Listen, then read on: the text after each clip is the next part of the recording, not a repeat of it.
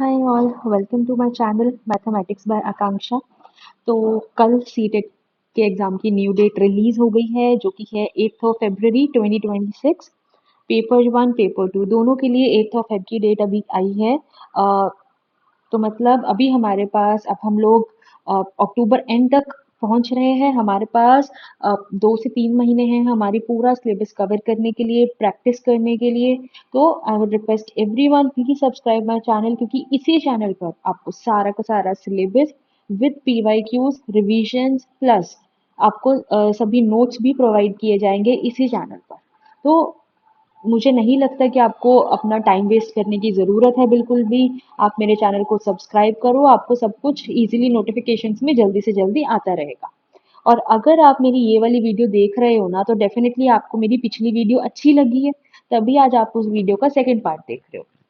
क्योंकि last video में हम लोगों ने हमारे सीडीपी का चैप्टर 1 स्टार्ट किया था। ठीक है, तो अब मेरे हिसाब से अगर आपको चैप्टर 1 स्टार्ट करके उसकी पहली वीडियो अगर आपको पसंद आई है, तो तभी आज आप दूसरी वीडियो देख रहे हैं यहाँ पे, है ना। तो फिर मेरे हिसाब से आपको अभी मेरे चैनल को सब्सक्राइब कर लेना चाहिए, आपको बेल आइकन प्रेस करनी चाहिए और मेरी वीडियोस को मैक्सिमम टू मैक्सिमम शेयर करना चाहिए, ताकि बाकी सभी आपके फ्रेंड्स को भी पता चले कि हाँ, ये एक चैनल है जहाँ पर आपको फ्री ऑफ कॉस्ट सारा सिलेबस पढ़ाया जा रहा है सीटेट के एग्जाम का। ठीक है, तो अब और टाइम हम लोग नहीं वेस्ट करेंगे, हम हमारे नेक्स्ट टॉपिक के ऊपर मूव करते हैं। हमारा जो चैप्टर चल रहा है अभी, ठीक है, हम लोग उसी का सेकेंड पार्ट आज करने वाले हैं, जो कि है concept of development and it's relationship with learning. ठीक है, हम लोगों ने लास्ट लेक्चर में ये चैप्टर स्टार्ट किया था, हम लोगों ने डेवलपमेंट का पोर्शन कवर किया, जिसमें हम लोगों ने डेवलपमेंट क्या होता है उसका डेफिनेशन स्टडी किया था। हमने देखा था कि उसकी कैरेक्टरिस्टिक्स क्या क्या हैं, टाइप्स ऑफ डेवलपमेंट क्या क्या है। ठीक है, हम लोगों ने वो सब कवर किया था। इस वीडियो में हम लोग ग्रोथ का पोर्शन कवर करेंगे और कुछ पोर्शन हम लोग लर्निंग का देखेंगे। जितना भी इम्पोर्टेंट पोर्शन है डेवलपमेंट और लर्निंग का, ग्रोथ का, वो हमारा आज कंप्लीट हो जाएगा। नेक्स्ट लेक्चर में हम लोग इनके जो इम्पोर्टेंट एमसीक्यूज बनते हैं एग्जाम में, ठीक है, हम लोग वो स्टडी करेंगे। लास्ट वीडियो में भी मैंने आपको सभी इंपॉर्टेंट एमसीक्यूज मार्क करवाए थे जो कि एग्जाम में पूछे गए हैं और मल्टीपल टाइम्स पूछे गए हैं। ठीक है, तो वो भी आप अपने प्रॉपर नोट्स बनाइए।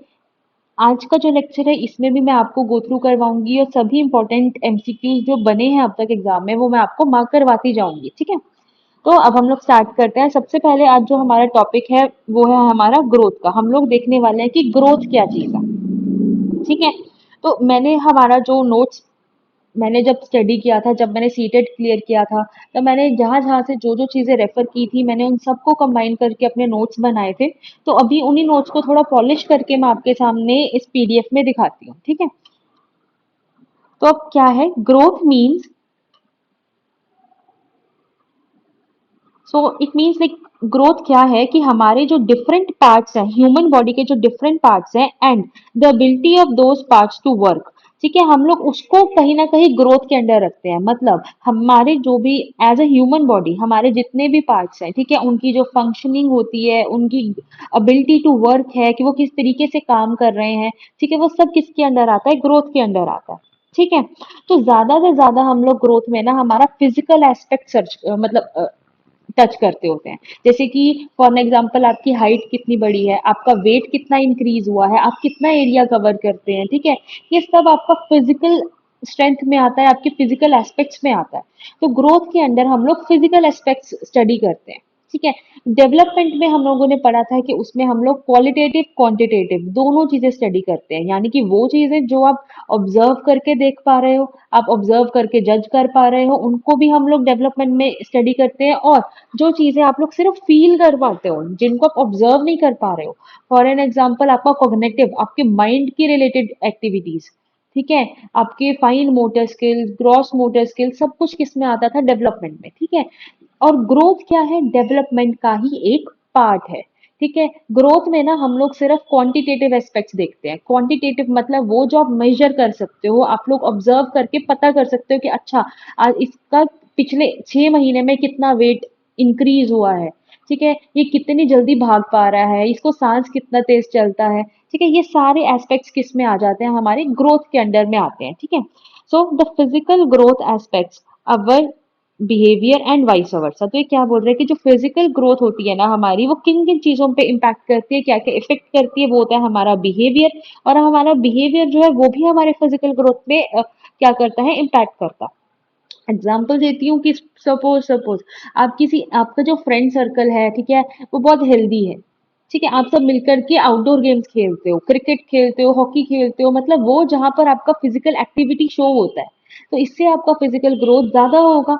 ठीक है, रिस्पेक्टिव उन उस ग्रुप के जो सिर्फ इंडोर गेम्स खेलता है बैठ के, जैसे वीडियो गेम खेल लिया, फोन पर गेम खेल लिया बैठ करके, ठीक है। तो मतलब इन इन सब में आप लोगों का बेनिफिट ज्यादा किस में है, फिजिकल एस्पेक्ट किस में ज्यादा है, आउटडोर गेमिंग में, राइट। तो मतलब आपके बिहेवियर के ऊपर बहुत डिपेंड करता है आपकी क्या, फिजिकल ग्रोथ। ठीक है। दस, growth means shape and growth in weight which includes growth of muscles also. ठीक है। Heartbeat refers physical growth as big and heavy. ठीक है। तो सबसे पहले आपका दो चीजें मैंने कवर की। सबसे पहले तो कि जो आपका ग्रोथ है ये सिर्फ फिजिकल एस्पेक्ट्स के ऊपर काम करता है, वन पॉइंट, यानी कि quantitative. Second, according to Herbert Sorenson, हम लोग ग्रोथ को क्या बोलते हैं, बिग एंड हैवी। एग्जाम में ना ये एमसीक्यू में पूछा जाता है, ये दो तरीके से आता है क्वेश्चन कि जो अकॉर्डिंग टू हार्बर्ट हम लोग ग्रोथ को किस तरीके से रेफर करते हैं, तो ऑप्शन दिए होते हैं, तो हमें बिग एंड हैवी को चूज करना है। ठीक है। दूसरा आता है कि अगर बिग एंड हैवी है, अगर ग्रोथ को बिग एंड हैवी बोला गया है तो ये किसने बोला, तो वो हार्बर्ट सेवेंसन। ठीक है। In other words, growth refers to increase in weight, height, and changes in body proportions. Okay, growth takes place in the physical aspects only. ठीक है, ये लो, बहुत क्लियरली लिखा है यहाँ पे कि सिर्फ और सिर्फ physical aspects. Growth also refers to quantitative changes. Example, it is possible to measure how tall a child has grown over specific period of time. ठीक है, तो ये आपका आ गया थर्ड पॉइंट, मार्क कर लो इसको। First physical growth, second big and heavy, third आ गया आपका क्वांटिटेटिव। ठीक है, कि एक बच्चा है वो पिछले एक साल में कितना लंबा हुआ है, या कितना उसने वेट गेन किया है, वेट रिड्यूस किया है। ठीक है, ये सब किस में आते हैं, आपके ग्रोथ में आते हैं। तो ये तीनों चीजें आप प्लीज मार्क करो, इंक्लूडिंग हार्वर्ड सेवेंसन, क्योंकि ये भी आपका एक पॉइंट बनता है एमसीक्यूज में। ठीक है। तो अभी हम लोगों ने जितना स्टडी किया, हम लोगों ने पिछली वीडियो में, अपनी इस वीडियो में, पिछली वीडियो में हम लोगों ने डेवलपमेंट का पोर्शन कवर किया था। तो अब डेवलपमेंट और ग्रोथ में डिफरेंस क्या है ना, हम लोग एक बारी अच्छे से थोड़ा देख लेते हैं, थोड़ा 5 मिनट लगा के, ताकि इसके लिए ना आपको एग्जाम में कोई डाउट ना बचे। मेरी हैंडराइटिंग को थोड़ा एक्सक्यूज करना, ठीक है, क्योंकि मुझे ना इस पे प्रॉपरली अभी लिखना आता नहीं है। सो या ओके, धीरे धीरे आई विल लर्न। ओके, ठीक है। डेवलपमेंट और ग्रोथ की हम लोग बात करते हैं। तो जो डेवलपमेंट होता है ना, ये आपके ओवरऑल चेंज की बात करता है, आपके ओवरऑल शेप में चेंज कितना है, आपके स्ट्रक्चर में चेंज कितना है। लेकिन जो ग्रोथ है वो सिर्फ क्या देखता है, आपका फिजिकल एस्पेक्ट देखता है। तो ग्रोथ क्या देखेगा, सिर्फ फिजिकल ओनली। ठीक है, जबकि जो डेवलपमेंट है वो आपका क्या देखेगा, overall structure of body.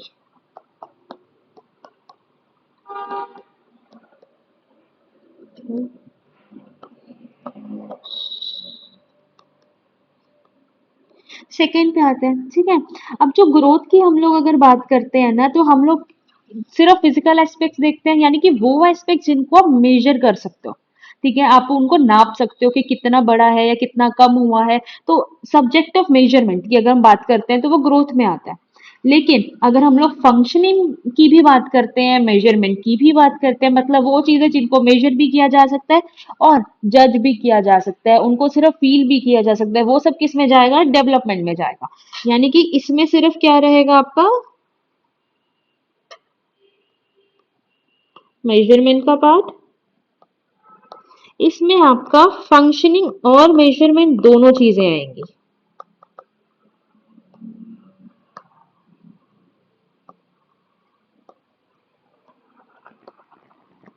Then अब थर्ड चीज आ जाओ। ठीक है, जो हमारी ग्रोथ रहती है ना, ठीक है, इसमें हम लोग सिर्फ और सिर्फ क्वांटिटेटिव एस्पेक्ट देखते हैं। लेकिन डेवलपमेंट में क्वालिटेटिव और क्वांटिटेटिव हम लोग दोनों देखते हैं। ठीक है, क्वालिटेटिव, इसमें क्वालिटेटिव एंड क्वांटिटेटिव। हम लोग दोनों देखेंगे।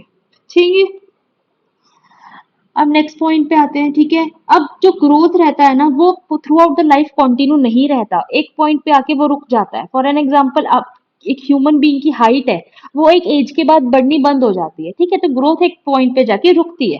लेकिन जो डेवलपमेंट है ये थ्रू आउट लाइफ चलती है, आपके कंसीविंग यानी कि आपके कंसीव होने तक, आपकी डेथ तक, मतलब थ्रू आउट लाइफ चलेगा। वो क्या रहेगा? हमारा डेवलपमेंट। ठीक है, इसका मतलब it stops after some time,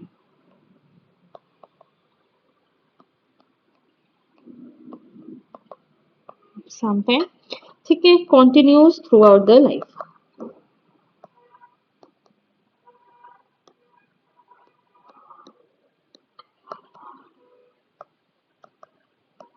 ठीक है, तो ये पॉइंट्स को आपको ध्यान में रखना है। एंड मोस्ट इम्पोर्टेंट, एग्जाम में हर एक पॉइंट को लेकर के क्वेश्चंस बने हैं। ठीक है, मैं बार बार बोल रही हूँ, ये पॉइंट्स बहुत इंपॉर्टेंट है, तो इनको अच्छे से याद रखना है, समझना है और नोट भी करना है। Done? अब हमारा नेक्स्ट, कि कौन कौन से फैक्टर्स ऐसे हैं जो ग्रोथ और डेवलपमेंट दोनों को इम्पैक्ट करते हैं। सबसे पहले क्या रहता है? आपका हेरिडिटी, देन आपका एनवायरनमेंट, न्यूट्रिशन, देन आपका sex, early stimulation and child rearing practice. ठीक है, अब हेरिडिटी, इन्वायरमेंट, ये दो वर्ड्स तो आप बहुत कॉमनली सुनते हो, मीन्स सुने तो सभी होंगे आपने मेजरली, लेकिन इनको थोड़ा सा हम लोग डिस्कस करते हैं कि इनमें मतलब क्या आता है। ठीक है, तो सबसे पहले आता है हमारा हेरिडिटरी। ठीक है, हेरिडिटरी क्या है? एक बायोलॉजिकल एस्पेक्ट है, राइट। मतलब आपको अपने पेरेंट्स से, आपके एंसेस्टर से जो जीन्स मिले हैं, जो आपको, हम बोलते हैं ना, आपको उनसे जो खजाना मिला है, ठीक है, उनके बेसिस पे आपके अंदर, आपकी बॉडी में जो जो चेंजेस आए हैं, उनकी बदौलत, उनको हम लोग हेरिडिटरी का पार्ट बोलते हैं। फॉर एग्जाम्पल, आपके बालों का रंग, आपकी आंखों का रंग, आपकी हाइट, आपका कलर, ये सब किस पे ज्यादातर डिपेंड होता है? ये आपके पेरेंट्स पे डिपेंड होता है। ठीक है, हम बोलते हैं ना कि आपकी शक्ल आपके फादर से मिलती है, आपके नोज आपकी मदर से मिलती है। क्यों बोलते हैं? क्योंकि आपको वहां से कुछ जीन्स आए हैं। ठीक है, तभी आप उनके जैसे हो। ठीक है, इसको हम लोग प्रॉपर बोलते हैं hereditary. Hereditary, it is a biological process through which transmission of physical and social characteristics takes from parents to offspring। offspring कौन हुए? आप लोग हुए। ठीक है, मतलब हम लोग हुए ना, हमें हमारे पेरेंट्स से मिला है सब कुछ। ठीक है, तो अब सिर्फ फिजिकल ही नहीं बल्कि सोशल कैरेक्टरिस्टिक्स भी हमें हमारे पेरेंट्स से मिलते हैं। हम बोलते हैं ना कि ये तो बहुत मिलनसार है, तो बहुत हंसमुख है, बहुत फ्रेंडली है, इसके पापा भी बिल्कुल ऐसे ही थे, या इसके दादाजी बिल्कुल ऐसे ही थे। ठीक है, तो ये कहाँ से आया? हेरिडिटरी में से आया। It generally influences the different aspects of growth development, that is height, weight and structure of the body, color of hair, eyes, intelligence, aptitude and instincts। तो अब हेरिडिटरी से ना सिर्फ फिजिकल एस्पेक्ट्स ही नहीं, सिर्फ आपके सोशल स्किल्स ही नहीं, बल्कि आपकी इंस्टिंक्ट्स, आपका एप्टीट्यूड, आपकी इंटेलिजेंस भी बहुत मैटर करती है। ठीक है, इन ये तीनों चीजें भी बहुत इम्पैक्ट करती हैं, किससे? आपके जीन्स के ऊपर। ठीक है, आप कितने इंटेलिजेंट हो, जरूरी नहीं है हर बच्चा अपने पेरेंट्स के जैसे होगा। ठीक है, लेकिन आपको कुछ गुण, कुछ तो चीजें आपको वहां से मिली। अब घर में हम दो भाई बहन हैं। ठीक है, मेरा जो भाई है वो मुझसे ज्यादा इंटेलिजेंट है। हाँ, ठीक है, क्यों? हम बोलते हैं अपने पापा पे गया है। ठीक है, तो ये सब चीजें हैं, आप अपने घर में बहुत यूजुअली सुनते हो ये सब। ठीक है, तो ये हेरिडिटरी है, जो वो हमारी हमारी ये जो चीजें हैं वो जीन्स के ऊपर डिपेंड करती हैं। ठीक है, ये हो गया।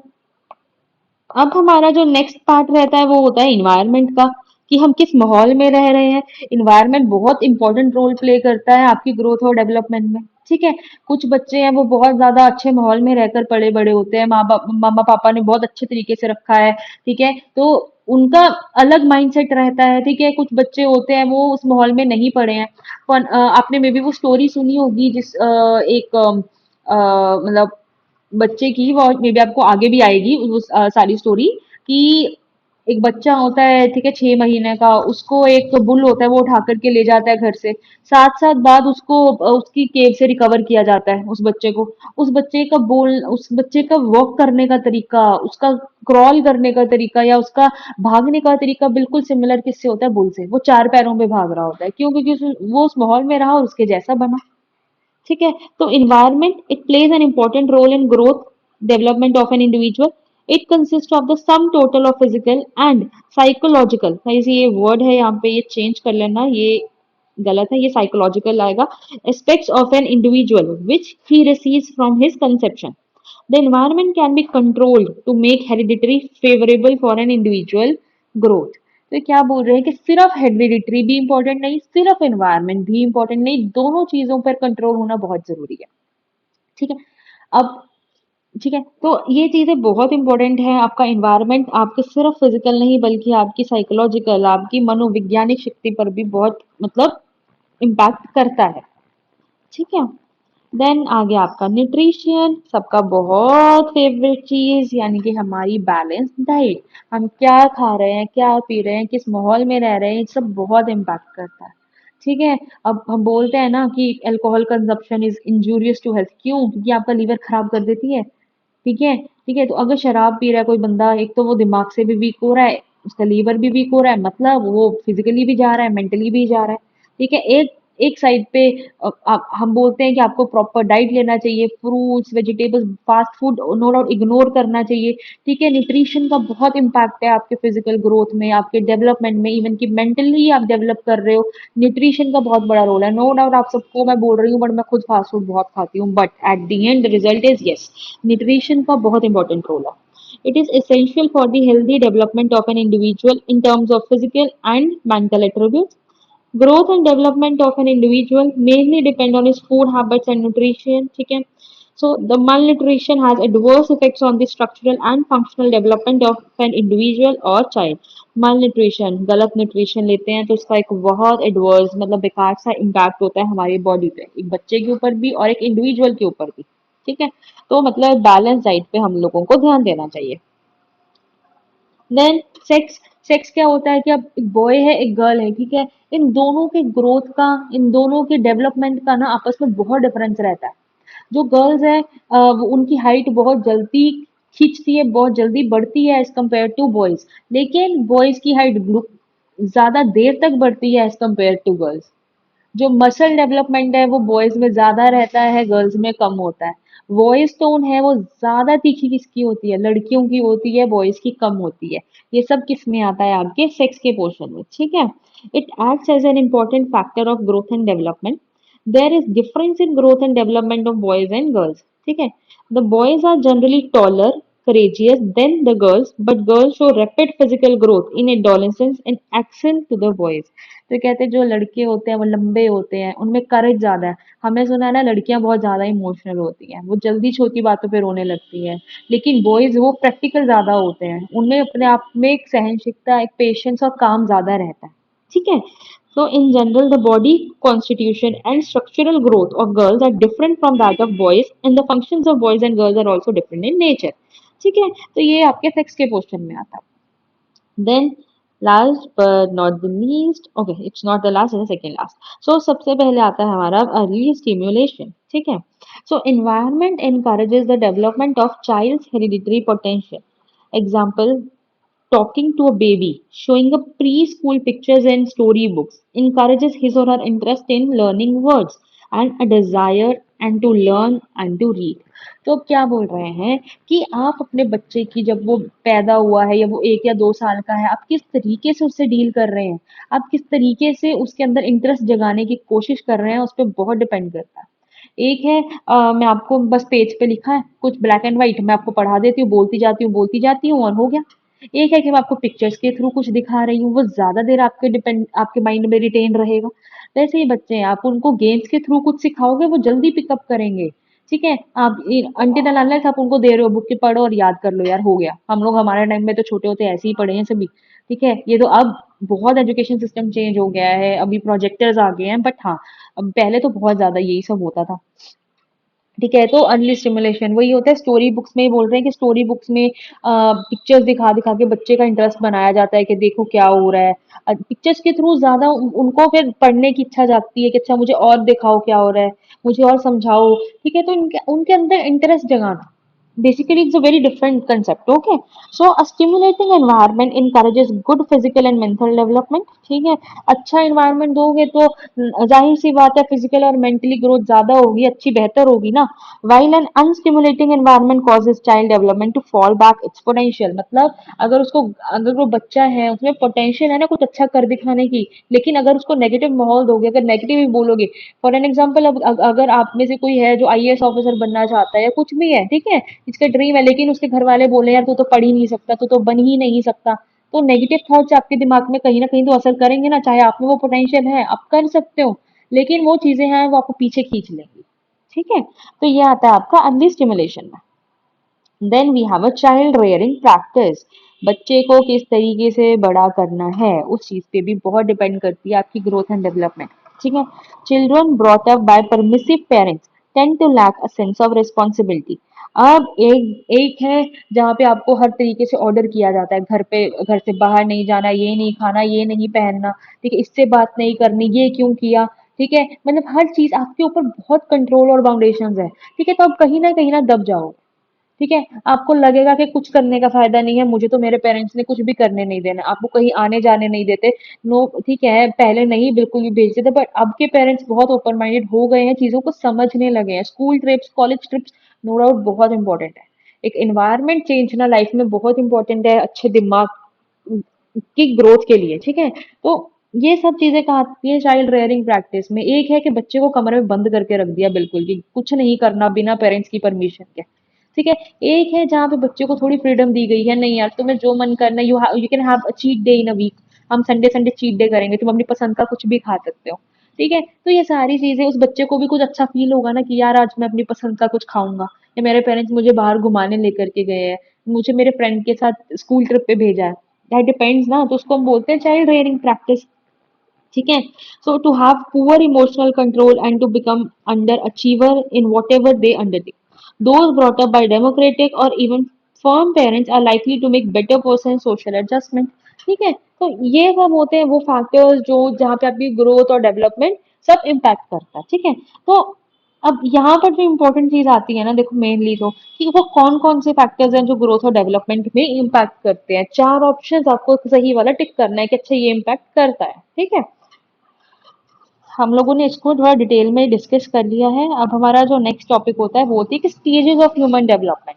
अब एक ह्यूमन के डेवलपमेंट में कितनी स्टेजेस आती हैं, अब हमें वो डिस्कस करना है. ठीक है, तो वैसे तो इन टोटल हमारे पास चार स्टेजेस इंपॉर्टेंट वाली हमें बोली गई है. फर्स्ट है infancy stage, then we you have a childhood stage, then adolescent stage रहती है 12 to 18 ईयर्स तक, then you will become an adult जो कि आपका 18 to 65 प्लस एज तक जाता है.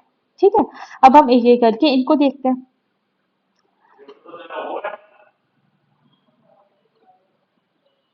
ठीक है, तो सबसे पहले भी have an infancy stage. Okay, तो इन्फेंसी स्टेज कौन सी होती है, जाहिर सी बात है एक न्यू बॉर्न बेबी की 2 साल तक की एज. ठीक है, अब उसको हम लोग क्या बोलते हैं, इन्फेंसी वाली. लेकिन यहाँ पे एक चीज मैं आपको बताना चाहूंगी कि infancy is not the first stage every time.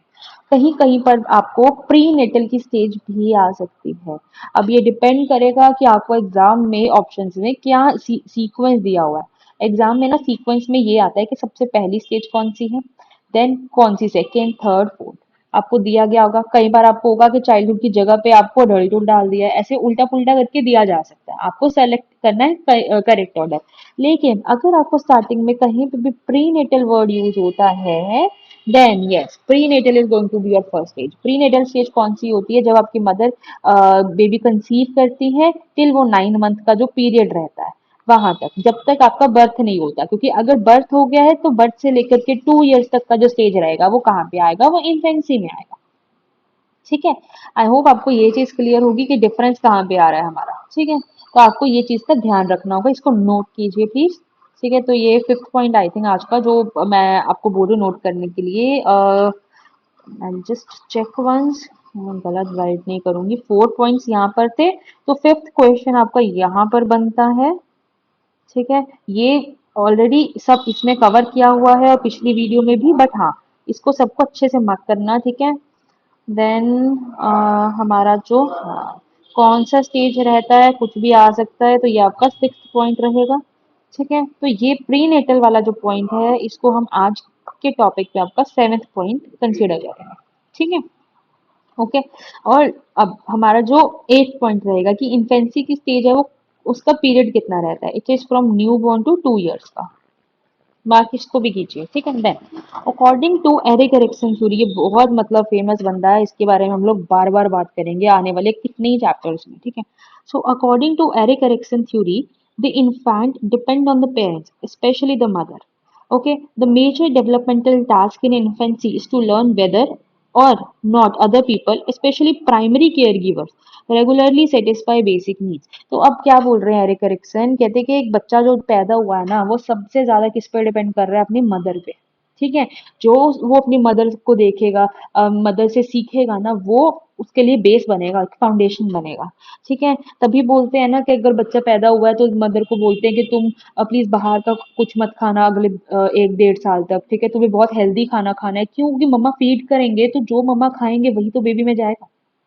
ठीक है, तो उसकी बेसिक नीड्स, बच्चे की बेसिक नीड्स को सेटिस्फाई करने के लिए ना उसके मदर बहुत इंपॉर्टेंट है, प्लस उसके केयर गिवर, जो प्राइमरी केयर गिवर्स है उस बच्चे का जो ध्यान रख रहे हैं प्राइमरी तौर पे। ठीक है, उन सबका बहुत जरूरी है कि वो हर एक प्रिकॉशन को फॉलो करें। अभी तो बोलने लगे हैं ना, पहले तो नहीं होता था बट अब तो बहुत होने लगा है कि हैंड्स को सैनिटाइज करो, है ना, ये बच्चे को छूना है तो हैंड सैनिटाइज करिए, क्यों? इन्फेक्शन से बचाने के लिए ना। तो ये सारी चीजें बहुत इंपॉर्टेंट है, तो ये भी मार्क कीजिए 9th पे सबसे पहले। इसमें ये ज्यादा इंपॉर्टेंट नहीं आएगा कि मतलब क्या बोला है, ज्यादा ये आएगा कि अकॉर्डिंग टू एरिक एरिक्सन, ठीक है, प्राइमरी केयर गिवर कौन है बच्चे का, तो सबसे पहले तो उसकी मदर आती है पहले पॉइंट पे। ठीक है, बेसिक नीड्स के लिए मदर आएगी। Then the growth is mostly seen as increase in size, shape and weight. तो इन्फेंसी पीरियड में सबसे ज्यादा इंक्रीज किस में होगी? साइज में, शेप में और वेट में बच्चे के। ठीक है, 2 साल तक बच्चा क्रॉल भी करेगा, चलना भी सीख चुका होगा। ठीक है, वो बढ़ भी रहा होगा, तो ये भी मार्क कीजिए 10th पॉइंट आपका। इन्फेंसी में ये चीजें बढ़ेंगी। ठीक है, the cells become larger in size, baby starts to straighten the head and tries to sit and stand. ठीक है, जो बच्चा है वो अब खड़ा होने लगा है, वो धीरे धीरे करके गिरता है बट खड़ा होना शुरू कर दिया उसने, वो बैठने लगा है। ठीक है, वो अपने हेड को सीधा करने लगा है। तो ये सारी चीजें आपकी 10th पॉइंट में आएंगी, इसको मार्क कीजिए। ठीक है, ये इन्फेंसी स्टेज में वेट, मे बी मेरे पेन की वजह से ना आपको क्लियरली दिख नहीं रहा होगा, लेट मी जस्ट, हाँ इतना ठीक है, I will just make it as 10th point. ठीक है, done. Then we have a childhood stage, हमारी जो सेकंड स्टेज आती है, प्रीनेटल हो गई हमारी, इन्फेंसी होगी। गाइस प्रीनेटल का याद रखना, ये 9 months का पीरियड है सिर्फ, वो वाला जिसमें मम्मा के वूम में हो आप लोग, मतलब हम सभी थे। ठीक है, 9 months में। ठीक है, तो ये वो वाला पीरियड है। देन चाइल्डहुड आ जाइए। तो चाइल्डहुड को भी ना दो कैटेगरीज में डिवाइड किया गया है, एक है अर्ली चाइल्डहुड स्टेज और दूसरी है लेट चाइल्डहुड स्टेज। ठीक है, अर्ली चाइल्डहुड स्टेज को ना टॉय एज भी बोला जाता है, जो कि रहती है 2 से लेके 5 years तक। तो इसमें दो चीजों को मार्क कीजिए, बहुत इंपॉर्टेंट है, जो कि बार बार पूछी जाती है जो चीज, वो तो ये रहती है टॉय एज वाली। ठीक है, कि अर्ली चाइल्डहुड को दूसरा नेम क्या है, विच इज टॉय एज। ठीक है, और किस फॉर्म में पूछा जाता है कि चाइल्डहुड स्टेज के अंदर कौन सी स्टेज आती है, या टॉय एज है वो किस पीरियड में रहती है, विच इज 2 to 5 years। ठीक है, ये दोनों चीजें इंपॉर्टेंट है, इनको नोट करना है। ठीक है, next, the early childhood is a time of tremendous growth across all areas of development। Guys अगर पूछा जाए ना तो सबसे ज्यादा डेवलपमेंट किस पीरियड में होती है? चाइल्डहुड स्टेज में। अगर और ज्यादा प्रिसाइजली जाना है तो अर्ली चाइल्डहुड में होती है या टॉय एज में होती है। ठीक है, सबसे ज्यादा ग्रोथ रहती है इस एज में, तो इसको मार्क कीजिए एज नंबर 12। इसको थोड़ा सा ना सही करते हैं, क्योंकि फिर ना पढ़ाना पढ़ना सब डिफिकल्ट हो जाएगा इससे। एक मिनट, नंबर 11, नंबर 12। ठीक है, then at this stage child likes to do work independently and can take care of his or her own body and interact effectively with others। It is a sensitive period of language development। ये 13th point लिखिए कि language development के लिए बहुत crucial time है, ये sensitive period होता है। सबसे ज्यादा लैंग्वेज डेवलपमेंट भी बच्चे के इसी में होती है। ठीक है, in this stage, the child becomes a toddler with a more balanced, adult-like appearance। ठीक है, despite the age of 4 years, Child has mastered many skills such as sitting, walking, using toilet, using spoon, scrambling.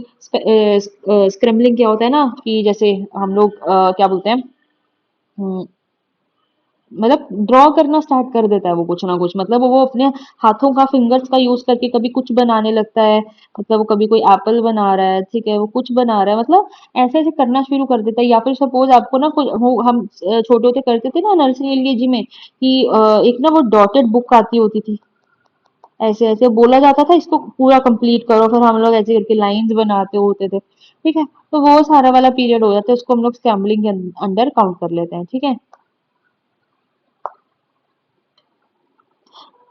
Okay, scrambling and sufficient hand-eye coordination to catch and throw and also communicate with others and solve problems, ठीक है। तो मैंने जैसे अभी बोला कि यही वाला जो एक पीरियड है ना, सबसे ज्यादा डेवलपमेंट और ग्रोथ इसी में होती है, ठीक है, लैंग्वेज भी सबसे ज्यादा बनती है। यही टाइम है जब वो हैंड आई कोऑर्डिनेशन भी सीखता है, ठीक है, आंखों से और हाथों का कैसे एक तालमेल है वो सीखता है इस सब में, ठीक है, दूसरों के साथ कम्युनिकेट करने लगता है, उनको अपनी बातें समझाने लगता है कि अच्छा मुझे क्या चाहिए, ठीक है। तो मतलब अभी काफी चीजें वो खुद से खाने लगता है, स्पून यूज करने लगता है, ठीक है, खुद से टॉयलेट भी यूज करना सीखता है, बैठना सीखता है, चलना सीखता है, मतलब बहुत अच्छे लेवल का डेवलपमेंट होता है ये 2 से 5 ईयर्स के, तभी बोलते हैं ना 5 साल तक 90% ब्रेन ग्रोथ हो चुकी होती है बच्चे की, तो ये वो वाला है, ठीक है। By the age of 6 most children demonstrate the fine motor skills. A child learns to identify members of family and gets involve in his surroundings, ठीक है। तो फाइन मोटर स्किल्स किसमें बढ़ रही हैं? फाइन मोटर स्किल्स हमारी छोटी छोटी स्किल्स, भागना, दौड़ना, ये होती है हमारी ग्रॉस मोटर स्किल्स में, पूरी बॉडी काम आ रही है। फाइन मोटर स्किल्स छोटी छोटी, जैसे आपकी फिंगर्स चलाना आपने सीख रहे हो, ठीक है, ठीक है, ये सब आपकी किस में आती है? हमारी फाइन मोटर स्किल्स में, ठीक है। तो उस फाइन मोटर स्किल्स भी किसमें ज्यादा ग्रो कर रही है? हमारी इसी में। तो इसको भी आप लोग ना 14th पॉइंट मार्क कर लो, फाइन मोटर स्किल्स किसमें ज्यादा डेवलप होती है? चाइल्डहुड स्टेज में, ठीक है। ये जो पोर्शन है ना, ये हमारा स्टेजेस ऑफ ह्यूमन डेवलपमेंट, ये अपने आप में बहुत इंपॉर्टेंट है, ठीक है। तो इस पे ज्यादा ध्यान देना है हमें। देन लेट चाइल्डहुड, अब ये कौन से लेट चाइल्डहुड कौन सा पीरियड रहता है हमारा? 6 to 12 ईयर्स वाला, market as 15, okay. In this a child refines his skills. अब आपने सपोज कोई ड्राइंग बनाई है, हम बोलते हैं ना इसको फिनिशिंग टचेस दे रहे हैं हम लोग, है ना, मैंने कुछ बनाया है मम्मा, बस इसको गार्निश कर लेती हूँ, फिनिशिंग टचेस दे लेती हूँ, वो आपका काम में आएगा लेट चाइल्डहुड स्टेज में, ठीक है। जो जो आपने अर्ली चाइल्डहुड में सीखा है, अब आप उसको और रिफाइन कर रहे हैं, ठीक है। A child refine his skills acquired during the early childhood period and learn new skills as well. At this stage, child gains height and also physical entities such as mass, number and area etc. Now Sigmund Freud, ये भी बहुत important बंदे हैं, ठीक है, इनके बारे में भी हम लोग आगे चल के बहुत पढ़ेंगे, ठीक है। ये साइको एनालिटिक थ्योरी, तो इन्होंने कौन सी थ्योरी दी थी? जैसे psychoanalytic theory label this stage of life as the latency stage. इस स्टेज को एज पर सिगमंड फ्रॉइड की साइको एनालिटिक थ्योरी इसको लिटेंसी स्टेज बोला जाता है, ठीक है। A time when sexual and aggressive urges are repressed during this stage, children learn the value of their societies. ये वो स्टेज है जिसमें एक बच्चे को ना ऐसा लगने लगा है मैं एक लड़का हूँ, मैं एक लड़की हूँ, ठीक है, तो उसमें अपने सेक्स को लेकर के एक एग्रेशन आने लगता है कि हाँ मैं पता नहीं क्या ही हूँ, ठीक है। Thus, the primary developmental task of late childhood could be called integration, both in terms of development within the individual and of the individual within the social context। मतलब वो खुद के अंदर तो डेवलपमेंट हो ही रही है, लेकिन वो सोसाइटी में भी एक डेवलपमेंट नजर आने लगी है अब। The social skills learn through peer, peer मतलब जो उसके साथ रहते हैं, फॉर एग्जाम्पल उसके ग्रैंड पेरेंट्स, या फिर उसके पीयर्स यानी कि उसके फ्रेंड्स कह सकते हैं हम लोग, क्योंकि फैमिली यहाँ पे अलग से एक वर्ड दे रखा है। And family relationships and the children's increase ability to participate in meaningful interpersonal communication provide a necessary foundation for the challenges and adolescence, okay। Best friends are important in this stage and the skills gained in these relationships may provide the building blocks for healthy adult relationship। अब आपका 17th point, कौन सी stage है जिसमें best friends are everything, मतलब बहुत important हो जाते हैं? योर चाइल्डहुड स्टेज, ज्यादा प्रोसाइज आया तो लेट चाइल्डहुड पीरियड कौन सा रहेगा? 6 to 12 ईयर्स वाला। इसको लेटेंसी स्टेज बोला गया है किसने? सिगमंड फ्रॉइड की साइको एनालिटिक थ्योरी के हिसाब से।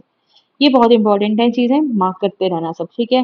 देन हम लोग अब हो गए हैं हमारी एडोलेसेंट स्टेज में पहुंच गए हैं, हम लोग 12 to 18 ईयर्स के पीरियड में पहुंच चुके हैं। This stage is considered as the period of development and adjustment during the transitional period between childhood and adulthood. अब आप एक बच्चे से एक अडल्ट बनने वाले हैं, मतलब बच्चे वाला पीरियड, चाइल्डहुड का पीरियड खत्म हो गया है ना। अब क्या, अब 18th के बाद आप क्या बनोगे, एडल्ट बन जाओगे। मतलब ये जो एडोलसेंस का पीरियड है ना, ये क्या है, एक ब्रिज है चाइल्डहुड और एडल्टहुड के बीच में। ठीक है। Adolescence is defined as a culturally constructed period that generally begins as individuals reaches sexual maturity। अब यहाँ पर आप अपने सेक्सुअल मेच्योरिटी पे पहुंच चुके हैं, मतलब ठीक है, and ends when the individual has established an identity of an adult within his or her social context. The primary development task of adolescence is considered as the identity formation। मतलब जो ये सॉरी एडोलेसेंस का time है ना, ये सबसे ज्यादा जरूरी किसमें है, अपनी खुद की पहचान बनाना, which is an identity formation. मैं कौन हूँ। ठीक है। इस सवाल का जवाब 12 से 18 साल के बीच में मिलता है, विच इज हम लोग बोलते हैं कि जो ये एडोलेसेंस की स्टेज है ना, ये आइडेंटिटी फॉर्मेशन में बहुत इंपॉर्टेंट है। ठीक है। Adolescence is an important period for cognitive development as well as it's mark. अब फिजिकल डेवलपमेंट की बहुत बात की हमने, अब दिमागी डेवलपमेंट, आपका जो मनोवैज्ञानिक, हम बोलते हैं कि आपका दिमाग की जितनी ग्रोथ का डेवलप मतलब ग्रोथ है, डेवलपमेंट है, वो हमारी कहाँ पे ज्यादा होती है, वो होती है हमारे एडोलेसेंस स्टेज में। as well as it's a mark in, as well as it marks a transition in the way in which individuals think and reason about problems and ideas। अब इस स्टेज में जाके बच्चे सोचने लग गए हैं, कि इंडिविजुअल सोचने लग गया है कि अच्छा ये प्रॉब्लम आ रही है तो इसका क्या सोल्यूशन होगा। अभी तक तो खेलने कूदने में बिजी था, ठीक है, दोस्त बना लिए, सोसाइटी में घूम लिया, सब कुछ कर लिया। अब वो सोचने लगा है, क्योंकि अब दिमाग का विकास होने लगा है, कॉग्निटिव डेवलपमेंट होने लगी है, तो अब वो सोचने लगा है कि अच्छा अगर मुझे ये प्रॉब्लम आ रही है तो इसका क्या सोल्यूशन हो सकता है। प्रॉब्लम एंड आइडियाज, अब वो किस में आ रही हैं, आपके एडोलेसेंस के स्टेज में। डन। अब आती है आपकी अडल्टहुड की एज। अब आपका एडोलेसेंस का पीरियड गया, अब आप अडल्ट बन चुके हैं। पीरियड क्या रहता है, 18 to 65 ईयर्स, और उसके बाद तक का भी। ठीक है।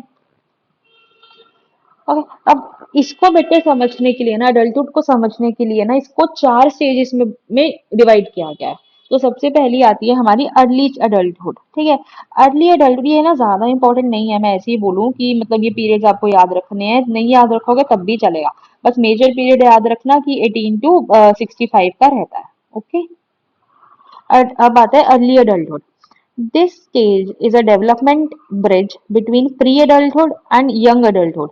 प्री अडल्टहुड में पहुंच गए हो आप, ठीक है, 18 साल की एज क्रॉस कर दिया, अब अडल्टहुड को भी दो पार्ट्स में डाल दिया, प्री अडल्टहुड और यंग अडल्टहुड। ठीक है।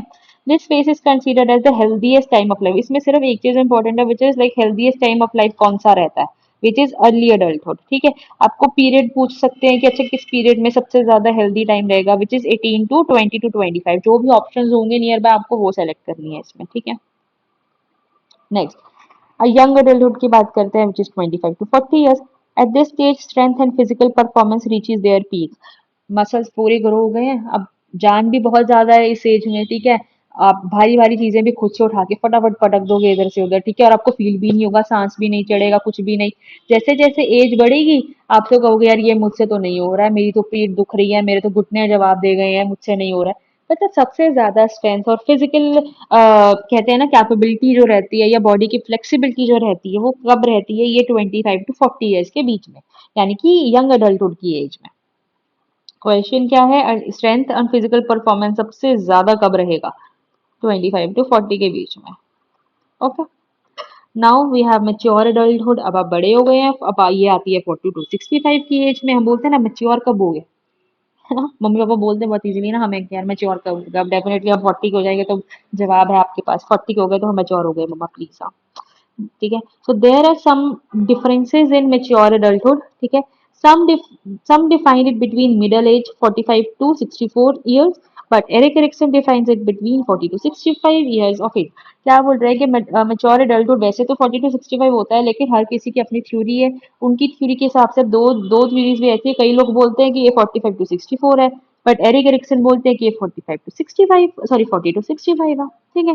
देन एजिंग एडल्ट, 65 साल 65 रीच कर गए हो। ठीक है। अब उसके बाद क्या होता है, बोनस पीरियड स्टार्ट हो गया। अब कभी भी कुछ भी हो सकता है, ठीक है। तो अब उसके बाद की एज को हम बोलते हैं एजिंग एडल्टहुड। अब एडल्टहुड तो है ही है, अब उसके साथ एजिंग भी लगा दो, ठीक है। Ageing adulthood is also called as late adulthood, इसको लेट एडल्टहुड भी बोला जाता है, which is generally considered to begin at the age of 65. In late adulthood, a variety of psychological changes may occur, including some degree of atrophy of the brain and a decrease in the rate of neural processes. अब 65 की as cross करने के बाद ना भूख लगनी कम हो जाती है, ठीक है। पेशेंस कम हो जाते हैं। हम बोलते हैं ना कि लाइफ का जो साइकिल है वो रिपीट होता है।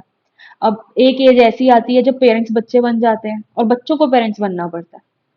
ये वो है जहाँ पे आपके पेरेंट्स हैं, वो बच्चों की तरह बिहेव करने लगते हैं। ऐसा नहीं कि बच्चों की तरह कुछ भी कर रहे हैं, बट उनका माइंड इतना ज्यादा शार्प नहीं रहता, वो चीजें भूलने लगते हैं, ठीक है। खाना नहीं खाते टाइम से, दवाई नहीं लेंगे, जिद करेंगे, जिद्दी हो जाएंगे थोड़े से। तो वो सब किस में आ रहा है? हमारी एजिंग एडल्टहुड में, ठीक है। ओके, तो हम लोगों ने हमारे स्टेजेस ऑफ ह्यूमन डेवलपमेंट, है ना, यही था, हाँ, स्टेजेस ऑफ ह्यूमन डेवलपमेंट का टॉपिक कवर किया है। इस पे बहुत इंपॉर्टेंट चीजें हैं, मैंने वैसे सब मार्क करवा दी हैं आपको। बट स्टिल अगर आपको लगे कि समझ नहीं आ रहा है कुछ, या प्रॉपर बिना इन पिंक हाइलाइट्स के आपको नोट्स चाहिए, तो प्लीज मुझे कमेंट कर देना। मैं टेलीग्राम पे एक ग्रुप बना करके उसमें सभी नोट्स पोस्ट करना स्टार्ट कर दूंगी फिर, ठीक है। तो अभी का हमारा सेकंड लास्ट टॉपिक रहता है विच इज लर्निंग। अब लर्निंग क्या चीज है? Learning is a key process in human behaviour. It is defined as any relative permanent change in behavior that occurs as a result of practice and experience. हम बोलते हैं ना इसको learn करो। कैसे लर्न करोगे? लिख करके देखो, ठीक है, रीडिंग लो, और बोल के देखो, टेस्ट दो, तभी चीजें याद होंगी। हम बोलते हैं ना, ठीक है, यही अभी आप कर रहे हो मेरे साथ यहाँ पे भी, आप सुन रहे हो मुझे, फिर आप खुद से नोट्स बनाओगे, फिर उनको रीड करोगे ताकि वो चीजें आपको याद रहे, है ना। तो इसी को बोलते हैं प्रैक्टिस करना, ठीक है। तो उससे आपको लर्निंग होगी। और कुछ चीजें हम लोग हमारे एक्सपीरियंस से सीखते हैं। सब कुछ तो हमें पैदा होते नहीं आता ना, काफी चीजें तो हम टाइम से सीखते हैं, उसको हम लोग बोलते हैं हमने अपना एक्सपीरियंस से सीखा है। तो प्रैक्टिस और एक्सपीरियंस से जो चीज आप सीखते हो उसको हम क्या बोलते हैं? लर्निंग, ठीक है। So definition of learning, learning की ना बहुत मतलब ऐसा है ना, अलग अलग मतलब ऑथर्स ने, हर किसी की अपनी अपनी डेफिनेशन थी। तो according to Thorndike, learning is a gradual process, एक स्लो प्रोसेस है, ग्रेजुअली होता है, where the individual will make many attempts to learn. कोई सी चीज को सीखने के लिए बहुत सारे अटेम्प्ट करने पड़ते हैं, कई बार पहली बार में आप सक्सेसफुल नहीं होते, बार बार करना पड़ता है, ठीक है। According to Crow and Crow, the learning involves in the acquisition of habits, knowledge and attitude. कहते हैं कि आप कुछ चेंजेस आप अपनी आदतों में लाओगे, ठीक है। हम बोलते हैं ना अपनी आदत चेंज करो। आप घर आते हो, सारा सामान अपना यहीं बिखेर देते हो, कपड़े कहीं, शूज कहीं। तो माँ बोलती है ना आदत सुधारो अपनी, सब कुछ समेट के रखो। तो अपनी हैबिट में कुछ चीजें चेंज करना, ठीक है। अपने एटीट्यूड, पॉजिटिव एटीट्यूड लेकर के आना। कुछ को होता है ना कि मैं तो पता नहीं भाई हुई क्या, मैं तो किसी की नहीं सुनता। एटीट्यूड में चेंजेस लाना, नॉलेज गेन करना, ठीक है। तो ये सब किस में आता है? लर्निंग में आता है, ठीक है। और तो गाइस ये जो होता है ना कि ये थॉर्नडिक ने क्या बोला, क्रो एंड क्रो ने क्या बोला, सीटेट के पॉइंट ऑफ व्यू से इतना ज्यादा इंपॉर्टेंट नहीं है, ठीक है। Let me be very clear, CTET में इतना नहीं आता ये सब। तो आप चाहो तो सिर्फ समझो, ठीक है। ये याद मत रखो कि थॉर्नडिक ने क्या बोला था या क्रो एंड क्रो ने क्या बोला था, सिर्फ समझ लो कि लर्निंग चीज क्या है, ठीक है। हाँ, नो डाउट पीएस टेट में ये इंपॉर्टेंट रहता है कि किसने क्या बोला, वो भी सीडीपी के पोर्शन में सिर्फ। और आई थिंक 2 से 3 या 3 से 4 मैक्सिमम क्वेश्चंस आते हैं ऑथर्स के बेस पे कि किसी ने क्या बोला, वो चीज किसने बोली है, ठीक है। ये सब तो अगर स्किप करना चाहो तो कर भी सकते हो, सीटेट पे तो बिल्कुल ही इंपॉर्टेंट नहीं है, पीएस टेट पे आपकी चॉइस है, ठीक है। Then we have relationship between learning and development. अब लर्निंग और डेवलपमेंट में क्या रिलेशनशिप है, ठीक है। So learning and development are important, दोनों इम्पोर्टेंट है, and distinct psychological processes. Development is a process which concerns the total structure of knowledge. On the other hand, learning is provoked situation or by a teacher or by an external situation. तो कहते हैं जो development है वो तो overall structure में change है आपके, जो कि थ्रू आउट लाइफ होता रहेगा, चाहे आप उसको कंट्रोल नहीं कर सकते, ठीक है। लेकिन लर्निंग है वो ऐसी नहीं होती है। लर्निंग के लिए कोई एक्सटर्नल सोर्स लगता है। जैसे सपोज मुझे आपको कुछ सिखाना है, तो मैं बार बार वो चीज आपको बोल रही हूँ कि ये पढ़ो, ये लिखो, तभी आप लर्न करोगे। अगर कुछ नहीं करेंगे तो कुछ लर्निंग नहीं होगी कभी। मतलब ये प्रोवोक्ड सिचुएशन है, आपको प्रोवोक किया जाता है, आपको ये क्या बोलते हैं उसको हिंदी में, प्रोवोक को आपको उकसाया जाता है कुछ करने के लिए, ठीक है, तब लर्निंग होती है। Then Learning awakens the developmental processes through social interactions with peers and teachers in such a way that it would not occur if the child were in isolation. कहते हैं कि जो लर्निंग है ना वो ज्यादातर तब होती है जब आप इंटरेक्ट करते हो सोशल उस पे। अगर सपोज आप अपनी सोसाइटी में स्कूल जाते हो, बच्चों से बात करते हो, टीचर्स के साथ बात करते हो, उनके साथ खेलते हो, इंटरेक्ट करते हो, तब आप कुछ सीखते हो। अगर एक कमरे में बंद हो तो क्या ही सीखोगे आप? बोलते हैं ना कुछ सीखना है तो घर से बाहर तो निकलना पड़ेगा। तो that is what important here is. तो ये लर्निंग में आता है, ठीक है। So learning affects development and development also effects learning. तो ये वाइस वर्सा प्रोसेस है, ठीक है, वन साइडेड नहीं है। As a child grows, he learns about his surroundings and interact with new environment. This helps in learning and developing his mental and behavioral abilities to adjust or survive in his life.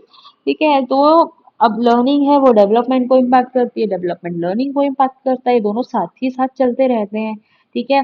तो development है वो खुद से होता है, learning आपको provoke करवाना पड़ता है, आपको कोई सिचुएशन ऐसी क्रिएट करनी पड़ती है जिससे लर्निंग होगी, तभी वो बच्चा है, वो जो भी इंडिविजुअल है अपनी लाइफ में कुछ गेन कर सकता है, कुछ अचीव कर सकता है और सरवाइव भी कर सकता है, ठीक है।